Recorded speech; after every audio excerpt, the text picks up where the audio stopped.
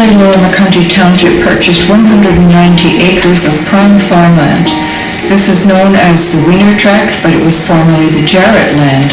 About 5 or 6 years ago, Lower Macungie Township started to get serious again about preserving some of the remaining farmland that we have in the township. We have some of the best and most important soil quality, not only in the region, but in the state, and some argue the nation. The township decided to draft an official map that outlaid a number of priorities for preservation. One of the most important priorities that we had was the Wiener Farm, which was most recently owned by the fellow's name was Doc Wiener and his family estate. It was about 190 acres. And so this was one of the top 3 priorities in the entire township in terms of importance, again, because of that excellent soil quality, but also the fact that it was very much, up until the moment it was preserved, in danger of being lost to development. We started negotiating with the son-in-law of Doc Wiener and Jean Wiener. They expressed an interest in preserving this farm instead of developing it, and we worked with them to actually acquire the property. Of the 190 acres, about 130 is agriculture land. The rest is some floodplain and wooded areas around the Swabia Creek. And so we severed the development rights of 130 acres of this property, permanently preserving it with Lehigh County and the state of Pennsylvania. So now it's a preserved farm, and the township still owns it today. And so we're actually very close now to finalizing a deal with a 5th-generation Lower Macungie Township farmer to essentially sell the farm to this gentleman, and so he can keep it in productive farmland and agriculture moving forward as a permanently preserved farm. Now, who were the Jarretts who first settled this section of land? They came in the early 1700s. They were a French Huguenot family from Alsace-Lorraine on the French-German border. They picked up land along the Swabia Creek Valley. That was a section, that's a major tributary of the Little Lehigh Creek. It's a section that has very, very good farmland, and it was comparable to the land that they had farmed back in their homeland in Europe. The family had received a land warrant from the Penn sons for 150 acres in 1735, which eventually became a much larger tract. Eventually the holdings of the Jarretts increased to 514 acres. Several sons of Johannes Jarrett served in the Northampton Town Militia during the Revolutionary War. Isaac Sr., 1728 to 1790, is believed to be the progenitor of the Jarrett family here in Lower Macungie Township. He and his wife, Catherine Wetzel, did a good job of producing generations. They had 14 children. At first they would have built log houses and log barns for their animals, but then later in the 1700s, as their wealth increased, they started to build these rather handsome stone houses, some of which remain. Now the one that this date stone came from, Isaac Sr.'s son was John, and he and his wife Anna Maria had 9 children. They built the 1804 house. We got permission to remove the date stone which had been positioned between the top windows of the house that is still there in the Swabia Creek Valley off of Sauerkraut Lane. And this is a replica. And the marks on the stone say built for the Jarretts by the master stonemason Conrad Wiener, who was a very well-known, very highly regarded stonemason in this area, who's responsible, and whose family sons are responsible for a number of the stone buildings, stone homes, mills, and barns in Lower Macungie Township. So I am 6th-generation Jarrett descendant. The John Jarrett property, which was built in 1804, was an absolutely amazing, beautiful house. The windows had windowsills that were at least a foot deep.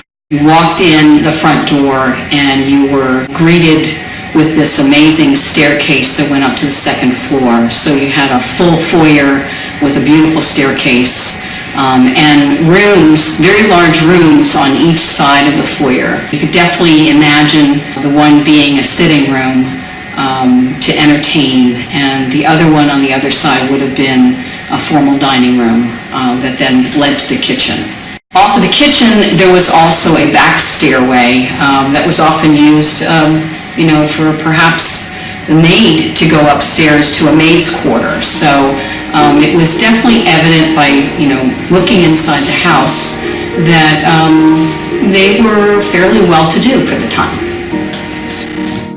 Benjamin Jarrett inherited the 1804 house. The farm passed through successive generations of family members, from Benjamin to Augustus, a dairy and potato farmer, and his wife Lavinia, to Elizabeth, Lizzie Jarrett, who married Charles Radler, to Howard Radler, and finally to David Radler, who was the last to farm the beautiful farm. In July 1915, the Jarrett-built stone barn, while owned by Charles Radler, was struck by lightning and burned to the ground. The fire was visible 15 miles away in Allentown.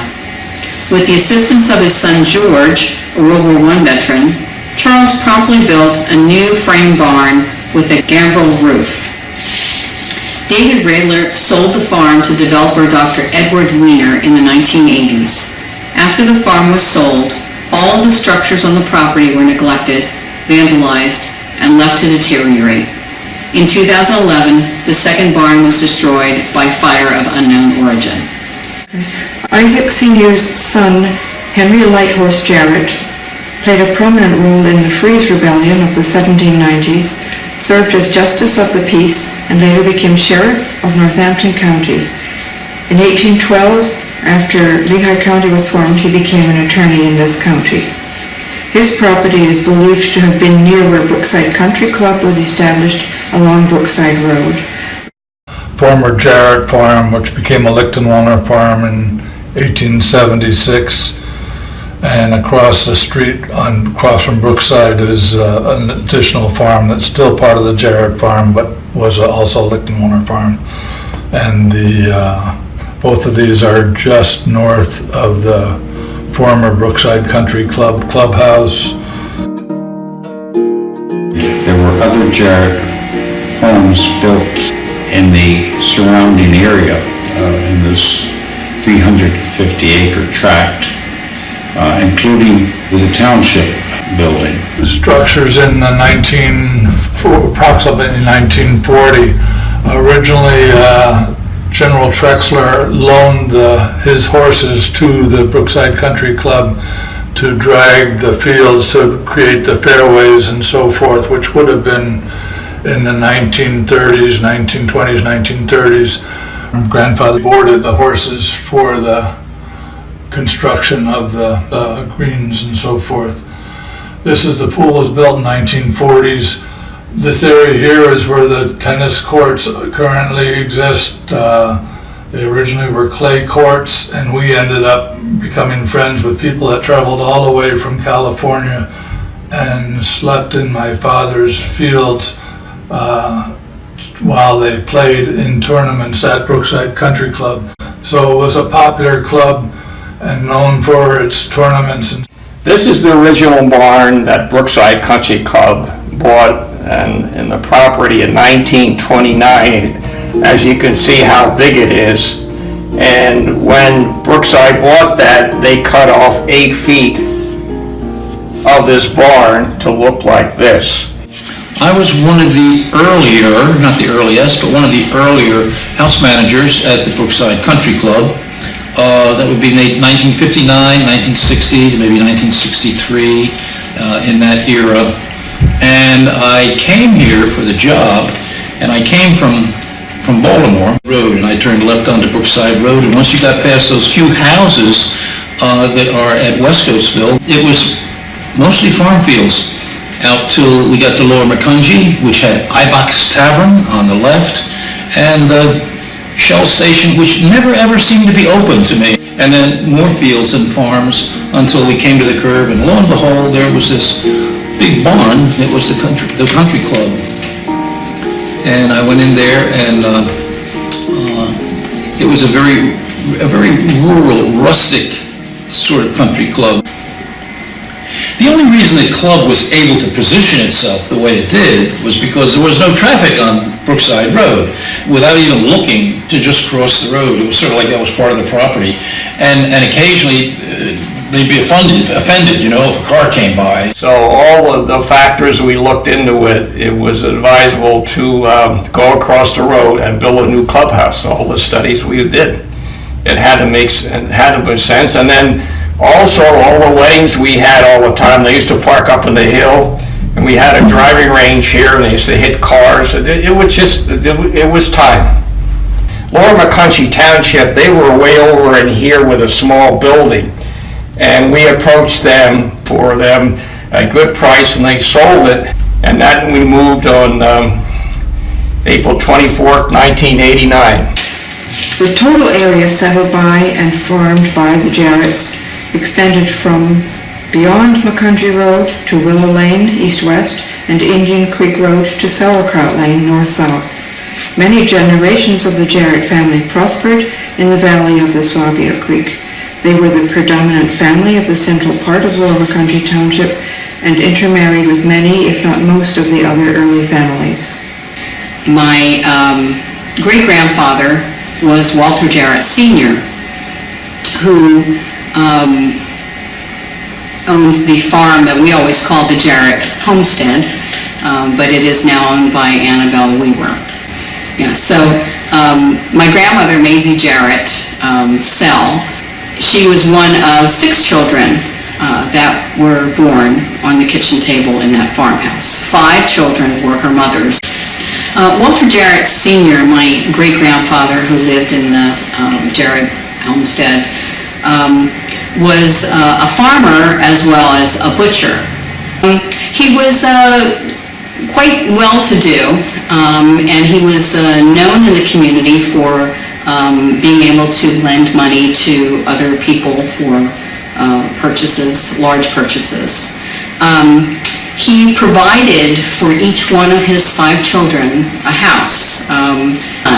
His youngest son ended up with the farmhouse where they all grew up.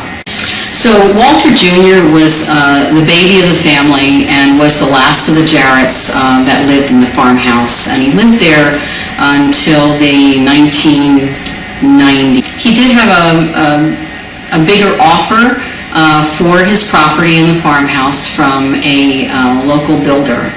But he knew that the builder planned to tear the farmhouse down and to subdivide the property to 3 acres, which was what was left of the farm.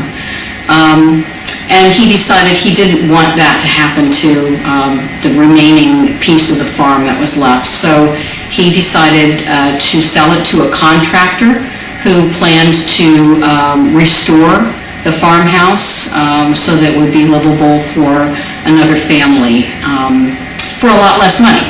He proceeded to subdivide parts of the farm and sell them all piece by piece to the point that he only had 3.5 acres left. We appreciate the efforts of the Township Commissioners to preserve this historic tract, one of the earliest settled tracts in Lower Macungie Township and one of the most fertile.